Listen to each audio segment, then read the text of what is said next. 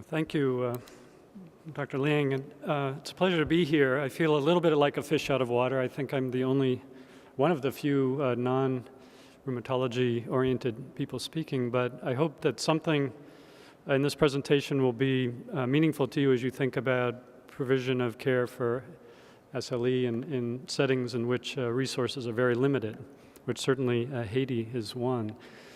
And I would like to tell you, just to give you a little background on Haiti. I'm going to move very quickly because I have more to say than there is time to say it.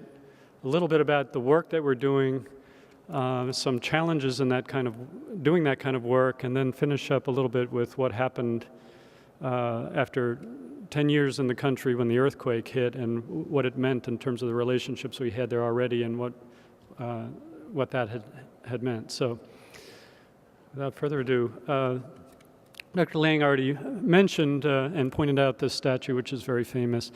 Haiti has been known in modern history as an extremely poor country, but it hasn't historically been that. It was at one time the breadbasket of the Caribbean. It astonishingly was responsible for more than half the GDP of France when France had colonized it. It was the second free independent country in the Western Hemisphere after the United States, with an incredible history of oppressed people overthrowing the slave owners. Since that time, though, it's had a struggle and a remarkable history of oppression and a small elite controlling most of the resources within the country. Today, there are 10 million people in Haiti. It's slightly smaller than the state of Maryland, so it's a highly densely populated area. The literacy rate is approximately 50% in adults. The poverty rate, meaning in this case, people who live on less than $2 US a day, and I guess now $2 Canadian a day, it's about equivalent these days. An unemployment rate in the formal sector of 70%, so 7 out of 10 adults have no formal employment. Has some of the worst access to potable water in the world. In fact, there's something called the Water Poverty Index in which it ranks highest in terms of lack of potable water and difficulty of getting potable water. Today, it's experiencing close to an ecological disaster, largely fueled by the deforestation, almost complete deforestation of the country. And as you've seen in the news, in fact, it's probably the majority of news that you see related to Haiti over our lifetime. It's faced an enormous amount of political instability. In fact, since 2004, UN peacekeepers are there on a security mission and are probably going to be there for the indefinite future. The health indicators are severe. In this hemisphere, they're off the charts, really. 42% of young children are malnourished. The under 5 mortality is 72 per thousand, which is actually an improvement over the figures from 1965 of 235. I have to say, though, that the epidemiological data, the surveillance data, are fairly poor and unreliable, and so it's very difficult to understand these trends completely, but the numbers are way too high. And the killers of young children are neonatal complications, pneumonia, and diarrheal illnesses, all, as you pointed out, diseases of poverty, of extreme conditions, diarrheal illnesses in particular. The maternal mortality ratio is still very high, 680 at one time. Just 25 years ago, it was more than twice that. And close to 50% of the premature deaths in Haiti are related to infectious causes and processes. So what is the health system like? It's highly under-resourced. As you see here, there are 25 physicians per 100,000 people, and strikingly, there are only 11 nurses per 100,000 people. And these data are just a little older, as you can see by the total population. I heard recently that there are more Haitian physicians in New York City than there are in Haiti, which is astonishing. That there's a tremendous amount of brain drain and people leaving the country. The health system, I like to say that a pile of pipes is not a plumbing system, and sometimes people think that things add up to whatever they are, but you can't run water through a pile of pipes, and it's very much that way in Haiti. There's a very, very weak, under-resourced, and not effective and efficient public health system. And hasn't necessarily been aided by the fact that there are, some people think, 10,000 NGOs in the country. It may have more NGOs per capita than any other country in the world. And yet, it hasn't really added up to even the sum of its parts. That many of those, the vast majority of those, are not working as authorized entities within the country. They're not working in a coordinated fashion with what's going on there.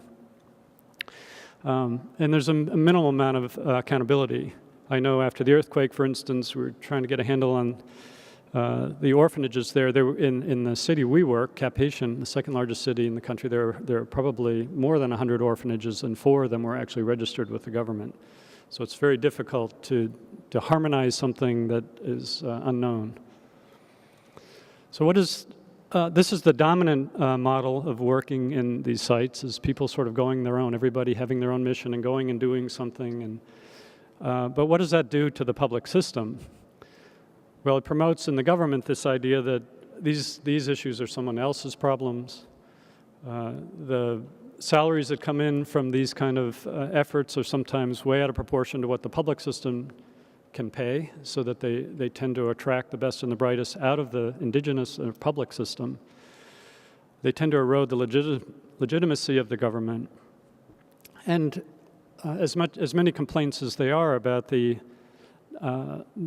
inability of the public system to administrate itself and manage itself, they very often don't have the opportunity to do that, because all the real money goes somewhere else, and all the real planning and resources go somewhere else. So as we were thinking about how to have a partnership in Haiti, one of the people we talked to was Dr. Paul Farmer, who is well known. And he, at that time, this was in the year 2000, really encouraged us to work with the public system. This is a quote that came out some years after that, where he was saying that isn't how he did it, and he regretted that he followed the path that most follow, in terms of originally, anyway, setting up independent NGO, independent of the local structure and authority. In Rwanda, he's taken a very different approach, and has, from the very inception of his time there, worked with the authorities and with the public system. We talked about the approach really should be capacity building. Now, this is one of those words like partnerships that I think are highly used, overused, and they mean a whole lot of different things to a whole lot of people. And it's one of those cliche words that we need to be careful about. One of the things I think that we've learned is the capacity is not something you can install. One of the criticisms in Haiti, in particular a place that doesn't have a lot to build on at this point, a lot of infrastructure, is that the idea of capacity building is often, let's hold a seminar and we'll just teach them how to do things. And that's proven to be particularly ineffective in anything happening, and even in terms of experts coming in and telling people how to do things and giving people their report. I've seen in my 10 years there, probably hundreds of those come and go on shelves, and once the experts leave, people shake their heads and say they just didn't understand. They don't understand what's going on here. So that's the background. That was sort of the situation that we were looking at. Kombitsante started, the organization that I work with started in the year 2000. It was a local organization that was largely volunteers. It was pulled together by a doctor named Dr. Mike Taylor in our area. It was volunteers who most of whom had international volunteer experience, but were disillusioned and unhappy with that experience, because for the most part they felt like it was very satisfying in some sense. They saw lots of patients, but when they left they felt like they didn't leave anything behind, and it was unclear what was going to happen to those patients. And I think that that's particularly true when you talk about things like medical care and ongoing chronic conditions. Maybe less so when you're talking about dentistry or surgery, where there's a problem, a mechanical problem, essentially, physical problem that can be repaired. So we took a very different tack than most of the NGOs in the area and decided that we really wanted to focus our efforts on strengthening the public system in a particular department, the Northern Department of Haiti. Haiti has 10 departments, and each one has its own local authority, and that's where we went. We originally focused on the large reference hospital the 250-bed reference hospital in the north, the second largest public hospital, partly because we were a group largely of clinicians, and while we didn't really understand the culture, language, or other aspects of Haiti, understood hospitals and felt like we had something to offer there. Ironically, I think the idea was that these folks would need a lot of teaching. In fact, that's partly true, but they are also working within a very limited resource and a very limited structure, and I think we learned that we also needed to learn, and that there were other things that needed to be fixed. Our key partners there have been the Ministry of Health, and the Northern Department in particular, the Justinian Hospital. Shortly after working there, we asked the ministry if there wasn't a clinic that was working more closely in the community, and they referred us to the Hospital Fort Saint Michel, which serves a very, very poor area in the outskirts, kind of a squatting area out of the city, who had no partners at all or nobody helping them. We work with a lot of the community leaders, including TBAs, the traditional birth attendants, local and international authorities, of course, including the government infrastructure within that area, the mayor, the departmental level authorities, as well as the United Nations and other NGOs that are working in the area. So what are our basic strategies? First, the education of physicians and nurses. The Justinian Hospital is a university teaching hospital. It's one of the resident training sites for the country, and now with the damage done in Port-au-Prince, it's a principal one. And I'll talk a little bit about what those partnerships look like. We do a lot of joint planning, both at the departmental level and at the institutional level. This little picture is working with, meeting with the Japanese embassy and the UN about reorganizing the emergency department and resources that would be available for that. This is a picture of Dr. Taylor, who was the founder, and Dr. Andre Volcan, who is at the University of Miami and is the founder of the first and only family medicine residency training program in Haiti. Actually a very good program, located at the Justinian Hospital, and these are the set of residents that they were teaching. We support Haitians, identify Haitian clinicians, trying to reverse or slow down the brain drain, trying to find clinicians and health workers who are extraordinary people who, with some support, both salary support and support in terms of resources and teaching and bringing for training, can make a difference within the public system itself. In addition to clinicians, we've provided the salary for some other people who are key to infrastructure maintenance, computer consulting staff, electrician type people as well. This is a picture of some of the community health workers that we employ working in one of the communities. In this case, they're doing vaccinations and child screening for weight for height.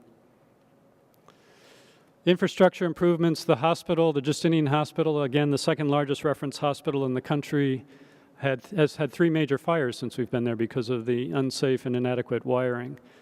They had the water that was coming out of the tap, when it came out of the tap, was fecally contaminated when we came there because of leaky pipes that were going through basically a biomedical waste area and cesspools.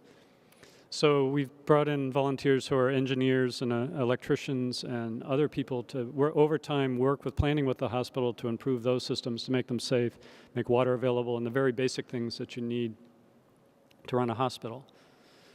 One of the most frustrating things from physicians' point or from clinicians' point of view is that they often know what to do, but they don't have what they need to do what they do. So we've worked very hard on a procurement and supply management of both equipment, supplies, and pharmaceuticals to help provide for these facilities, none of whom really have a functional operational budget from the government, by the way.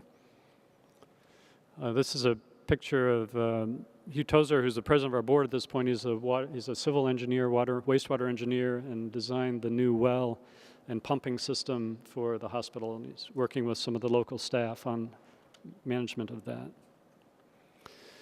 We've, one of the visions of the medical director there is that this be a real university hospital, that research actually happens and that people learn how to do that, both clinical research, but also in some ways, more importantly, programmatic research in terms of quality improvement cycles and identifying problem in terms of the care of patients there, instituting corrective action, and then measuring the impact. And I have several examples of that if we had time. And lastly, coordinating in collaboration with the other NGOs. This is a picture of a group from Direct Relief International out of California who work with pharma and provide free pharmaceuticals. But our job is really to help develop a management system so that those pharmaceuticals aren't just going into a deep dark hole to disappear and end up on the street market, but actually get to the patients in need. This is a picture, I want to just interject pictures here of Dr. Jocelyn Telemaque, who is a OBGYN, one of those examples of a Haitian hero in my mind. Very, very bright, dynamic woman who we identified when she was in her residency as somebody who Haiti needs, and that we were going to try to support her in her work. And she's just been, she's now the president of the OBGYN Society for Haiti, but also does incredible work. In this case, she's working with, these are traditional birth attendants who she's training in terms of safer birth methods. So the general approach to COMBEAT, the volunteers that we're talking about primarily don't go down on missions as they're commonly understood. They're not there to do something that a Haitian clinician could do should they have the resources to do it. The partnership model, I should actually mention that the word COMBEAT is a Haitian Creole word that means, that came from this idea of there isn't a lot of formal employment, and when people needed their fields done, there aren't people to hire to do that, so you get your neighbors together, and everybody gets together and forms a COMBEAT and prepares one person's field, and then they go and they prepare another person's field. And that work group together is called a COMBEAT. COMBEAT Santé means to work together for health.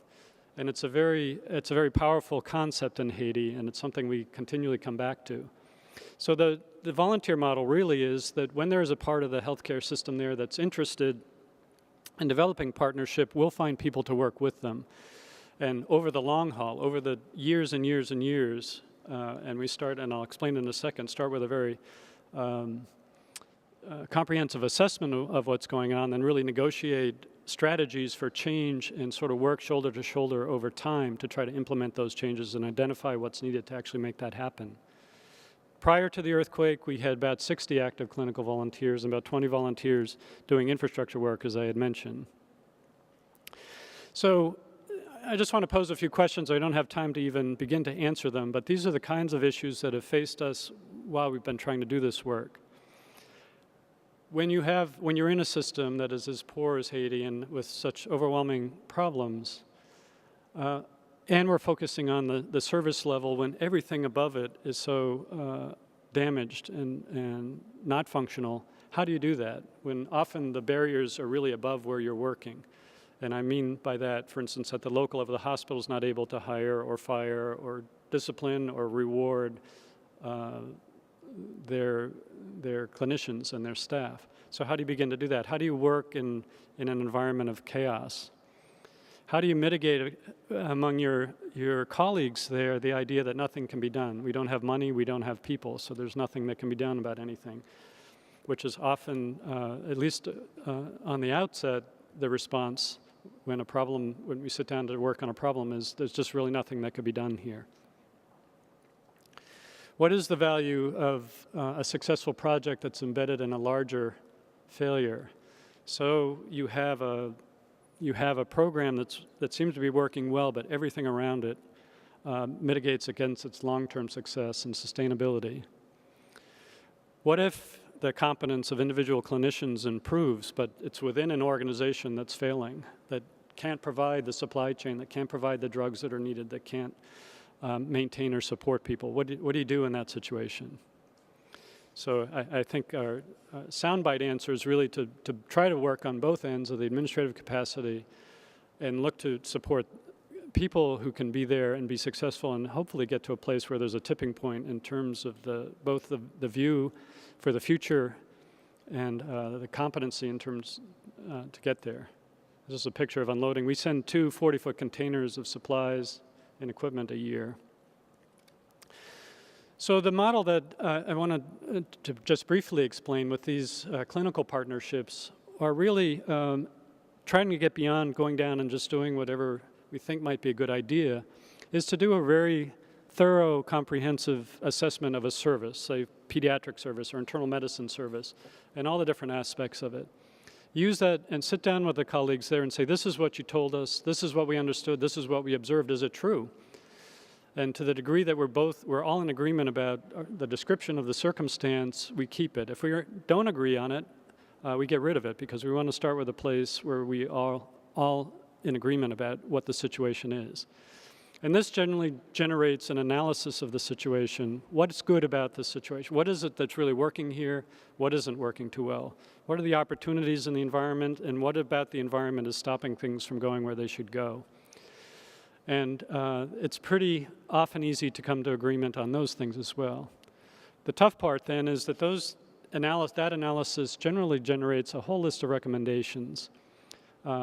Typically for us, in one service, maybe 75 or 100 recommendations about how things could be done better or improve the outcomes. Generally for us at the hospital, for instance, the outcomes that we're concerned about are the education for the residents or the clinical care and outcomes for the patients. So we've decided how do you get beyond this, well, there's nothing that can be done, all of these are overwhelming, to sort of rank those recommendations originally on two axes. One is what resources would be required to do this recommendation? And they sort out pretty well. From nothing, it's just doing business differently, to it would require a lot of resources to do this. And on the other axis, what impact would it have? Would it be a minimal impact if you did this, or would it be a terrific impact in either the clinical care of patients or the education of residents? And that actually sorts them out into nice quartiles. And in one quartile, you have high impact, low resource requirements, and that seems to be the place to start, because these are all the things that are just a matter of doing business differently. And that was we were working on that model for a while and actually got kind of discouraged because things still weren't happening often around these things that seemed like low-hanging fruit.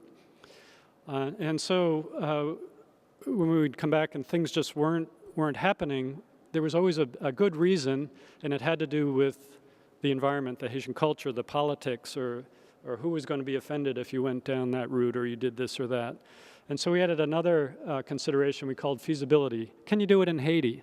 And try to talk about that right up front with the partners and say, okay, we all agreed this wouldn't cost anything to do this. It would have a tremendous impact if you did it.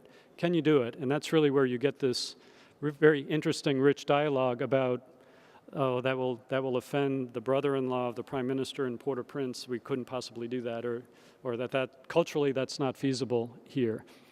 And then again, that whittles it down to at least a very manageable set of recommendations that are implementable and you can see forward progress. There are other high-impact, feasible recommendations that require resources, and those are the type that we would seek funding for, grants for, or other kinds of outside support. And that's how this sort of incremental capacity building model works. So impact, resources, and feasibility gets us beyond the fatalism of we just don't have money and we don't have people. It's not always about money, it's not always about people. Sometimes it's about doing business differently. There's an awful lot of tendency among donors and people working to attach a lot of conditionality on the kind of assistance they give.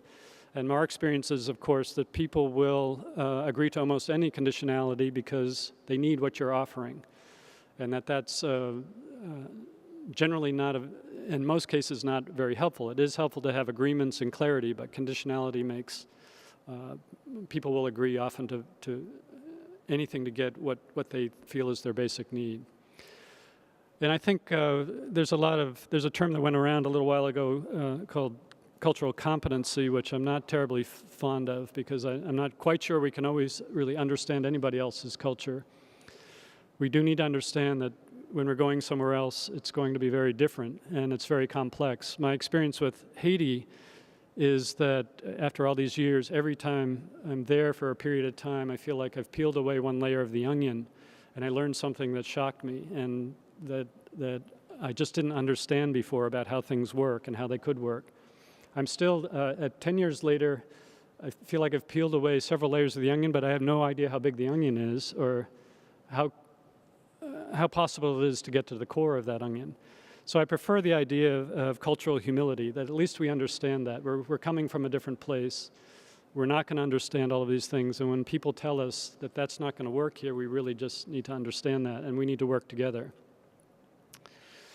I mentioned that the idea of partnership is thrown around a lot. The word is used a lot, and it means very different things. I had an interesting discussion with the medical director of the hospital recently. He said, you know, people talk about partnerships all the time, and what that usually means is they have something to give us, and we're the receivers. They tell us what they want to do, and they do it. That's my experience of partnership. And I asked him, well, what does combit mean to you? And he said, well, that's where you work together shoulder to shoulder. You're pulling the same plow. And I said, well, let's drop the word partnership because that's not what we're interested in, what we were talking about. Let's continue to talk about a combit. And I think when we can do that and we can at least clarify what our mutual expectations and come to an agreement on it, it can be very powerful. Where do you invest limited resources? We're a very, very small organization. We have 3 staff in the US and about now 30 staff in Haiti. And I think one of the mistakes that we often make, and we struggle with this all the time, is we tend to throw our biggest resources after our biggest problems. And in a place like Haiti, that can be a very, very deep well that you're throwing money into. And I think trying to move and find your biggest opportunities and really investing in those is where we found the biggest upside. I'm not going to spend time there. This is a picture of Ismani Lucien. When we had arrived in this hospital, when I talk about management systems, there was no management system at all for inventory. There's no purchasing system. There was no supply chain system. They were basically passively receiving donations as they came in and hoped that some of them would be useful, and they would end up in a big pile, and nobody knew what was in that pile anyway. And one of the management systems we were able to introduce that very, very practical and really is grunt work and not rocket science was to introduce an inventory control system. Ismani is the stock manager and has done a terrific job doing that, moving from a culture where the pile of donated materials that came in were seen as an employee benefit that could be taken home and you could go through them or take them to your private practice, to a depot of supplies and materials and pharmaceuticals that are to be used for the patients who are unable to pay. That's been transformative, I think. Measuring impact, it's really easier to measure putting up a building or something like that, but it's more difficult to sort of measure capacity building over time and real change and what's happened that is sustainable over time. I think in terms of measuring impact, we were talking about this a little bit last night too. The other big concern for me is really not just looking at what you're trying to measure, what you're trying to impact, but looking around as well.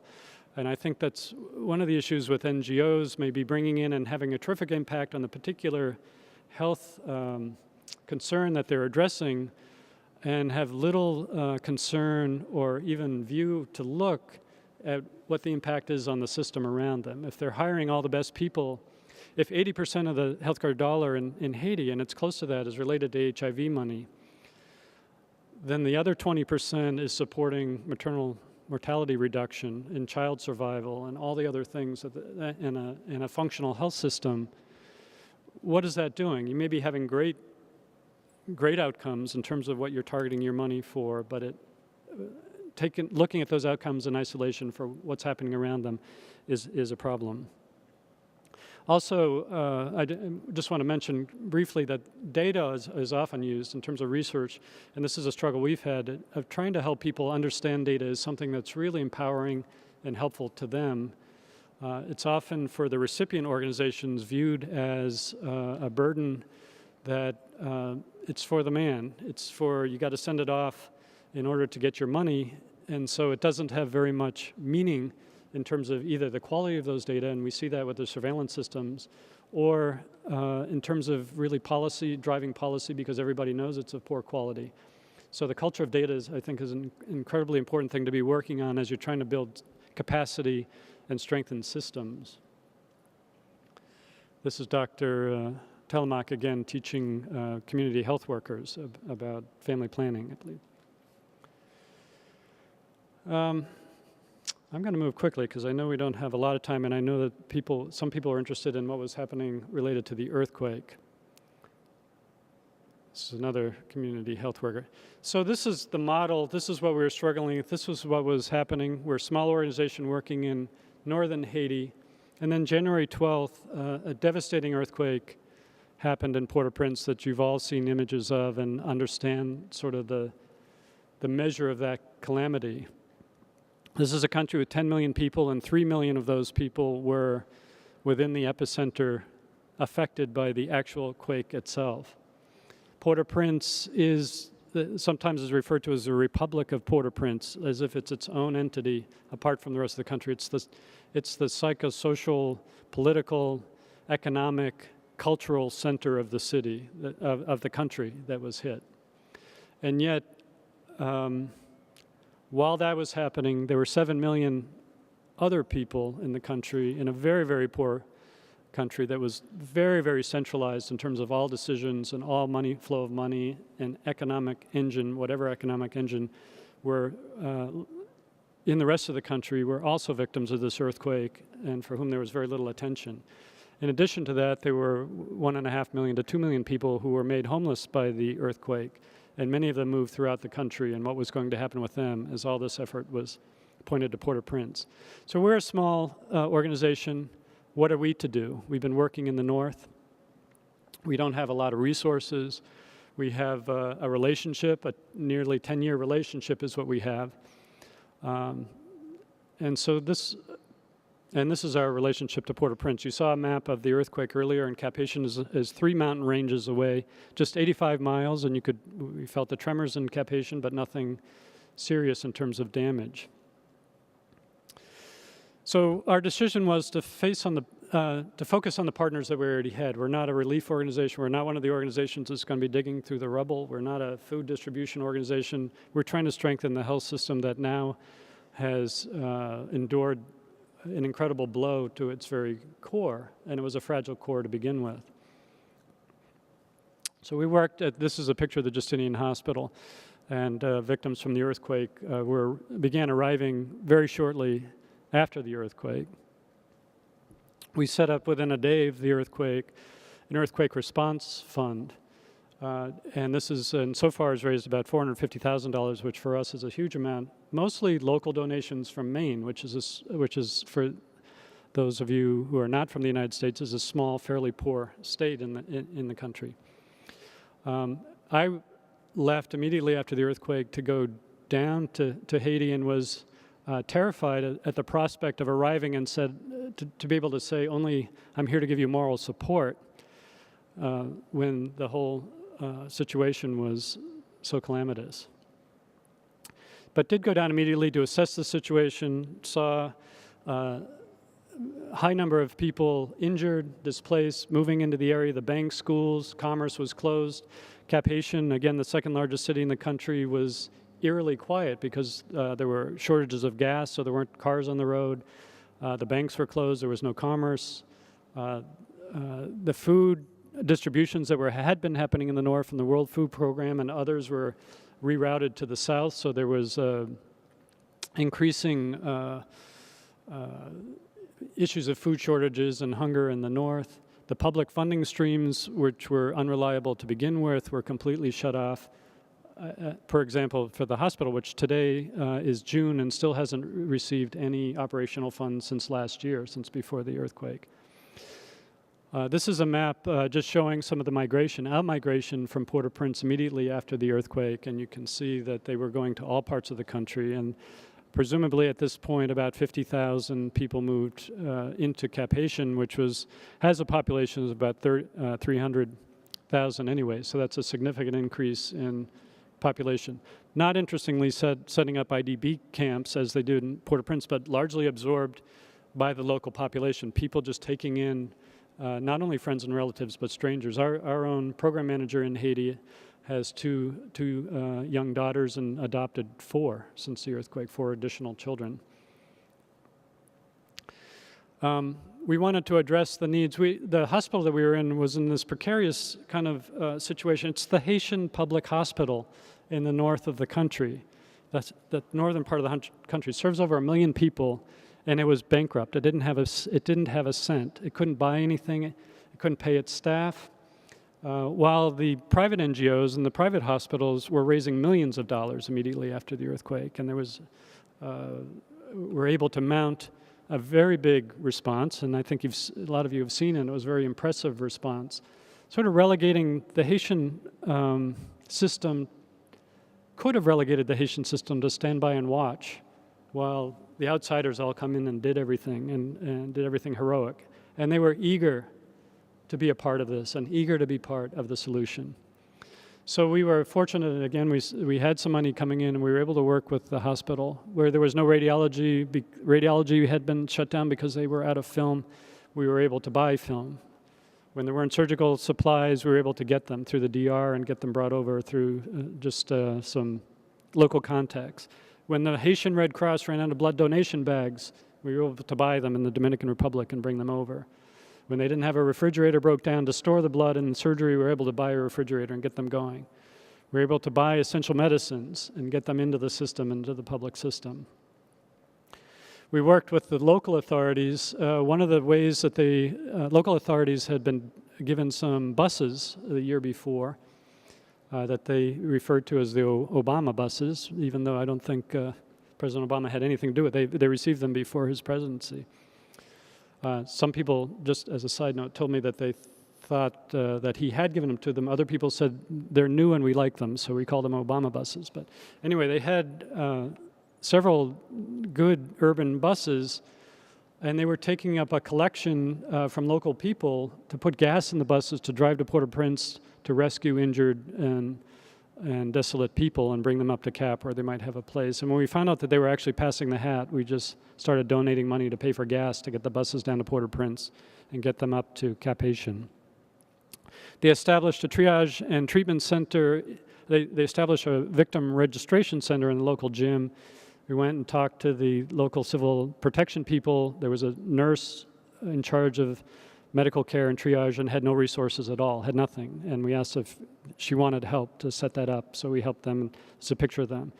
We also set up some psychological counseling and group work at that center with a Haitian American psychiatrist that was with us and participated in the planning and response with the UN and the local ministry. That's a picture of people waiting to get inside the gym, and it was actually a problem in that once you had the status of being an earthquake victim, you were given food vouchers and other things. So it became something that everybody wanted that status because people were hungry in the north as well. This is a picture of my wife and Dr. Ann Lemire working in the center for some time.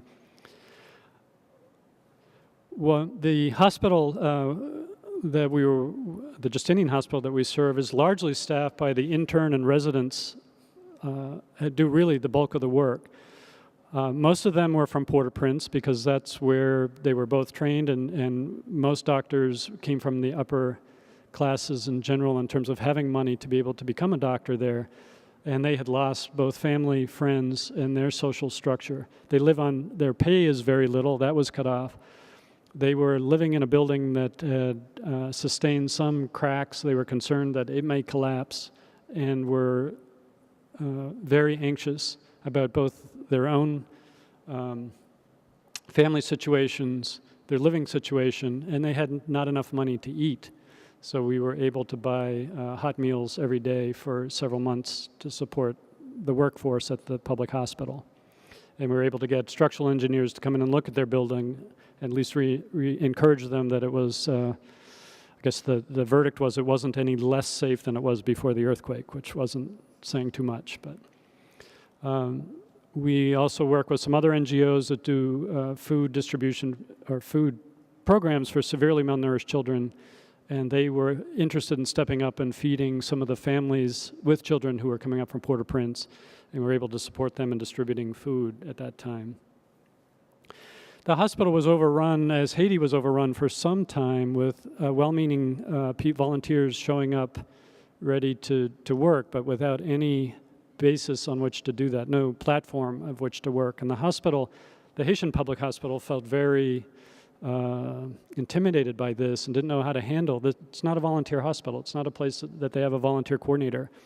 And there were volunteers, particularly from the United States and Canada, who came and said, we're here to do surgery. And they had no real authority to do that, to work there. So they asked us to coordinate their external cooperation with all of these groups and sort of be their diplomat and also organizers, trying to weed through those volunteers and see who would really be useful. The other, I mentioned that they hadn't received any fees, but there was a policy edict that came out from the government that said all victims of the earthquake were to be treated entirely free. So here they have no operational budget, they have no supply chain, and they're mandated to treat all the victims for free.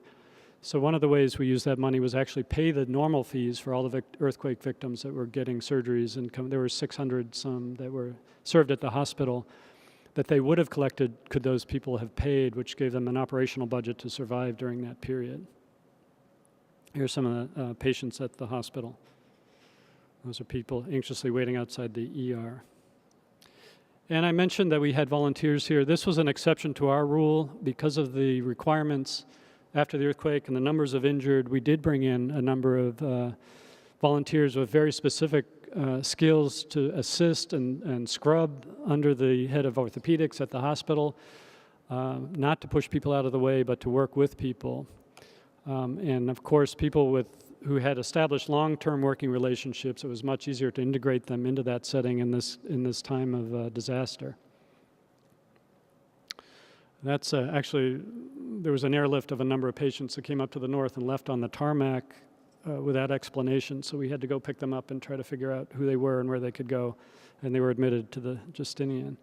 This is a picture of Dr. Ralph St. Ford, who is the man in the middle, who is a Haitian-American psychiatrist. In addition to running support groups at the gymnasium, also did several radio broadcasts in Cap Haitian, just explaining to people what they might feel normally after an event like this and what they could expect to feel over time so that they could acclimate. A certain percentage of people will have lifelong problems associated with this, and we're working on some of that, but the vast majority of people will recover quite well, and he was very, I think, reassuring in that way.